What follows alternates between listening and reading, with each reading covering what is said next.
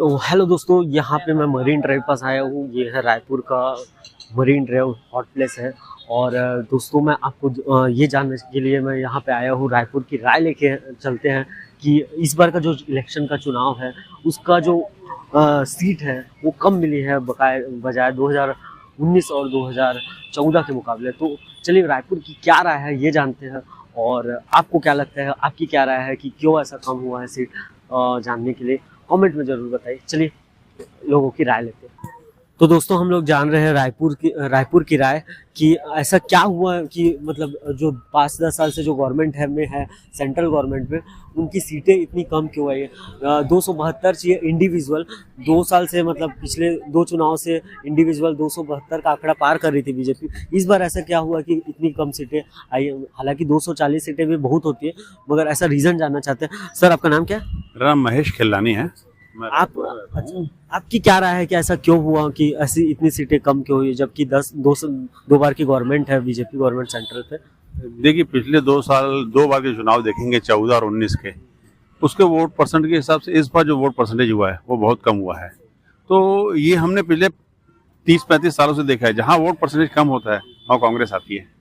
इस बार तो वैसे एनडीए की सरकार बन रही है। एनडीए की सरकार अभी भी निश्चित नहीं है, क्योंकि अभी भी राहुल गांधी जी एक मीटिंग ले रहे हैं, वहां से अभी निकले हैं वो बाहर। अब वो क्या उन्होंने क्या गुणा भाग किया है, नीतीश आ रहे हैं उनके बाद, नीतीश जी बोल दिए हैं कि हाँ मैं सबका हूँ।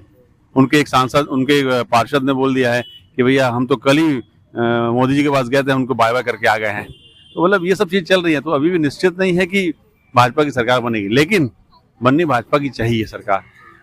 आपका मतलब ये इच्छा थी कि बीजेपी की गवर्नमेंट बीजेपी की बने। जिस प्रकार से हम इकोनॉमी की बात करें, हम रोड्स डेवलपमेंट की बात करें, बिजनेस की बात करें, धंधे की बात करें, जो ग्रोथ हुआ है पिछले इस 10 सालों में वो बहुत अच्छा ग्रोथ हुआ है गवर्नमेंट। और 400 पार जो हम आंकड़ा भी लगा रहे थे कि हर कोई चाह रहा था कि 400 पार तक जाए करके, 400 नहीं एटलीस्ट 300 तो पार जाना चाहिए था। 300 भी एनडीए कंप्लीट नहीं कर पाया 300। तो ऐसा क्या रीजन? देखिए क्या प्रोपेगेंडा करना तो जरूरी है।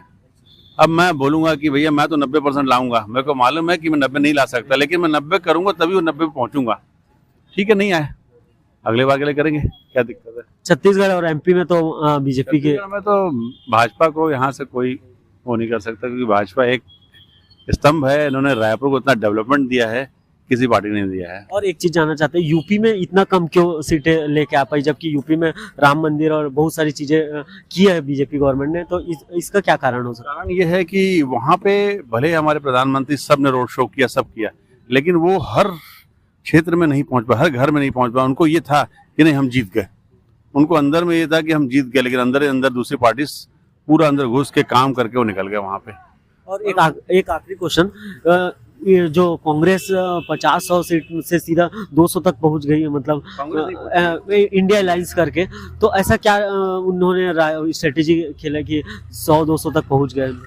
देखिए मेन उनका सीटें जो आई हैं, एक तो यूपी से आई हैं और एक आपका महाराष्ट्र से आई हैं, वहीं से उनको बढ़त मिली है। महाराष्ट्र में 2-3 गठबंधन टूटे, शिवसेना टूटी, कांग्रेस से जुड़ी एनसीपी टूटी, ये सब चीजें टूटी, तो उससे लोगों को थोड़ा सा डर लगने लग गया कि हम किस पार्टी पे जाएं।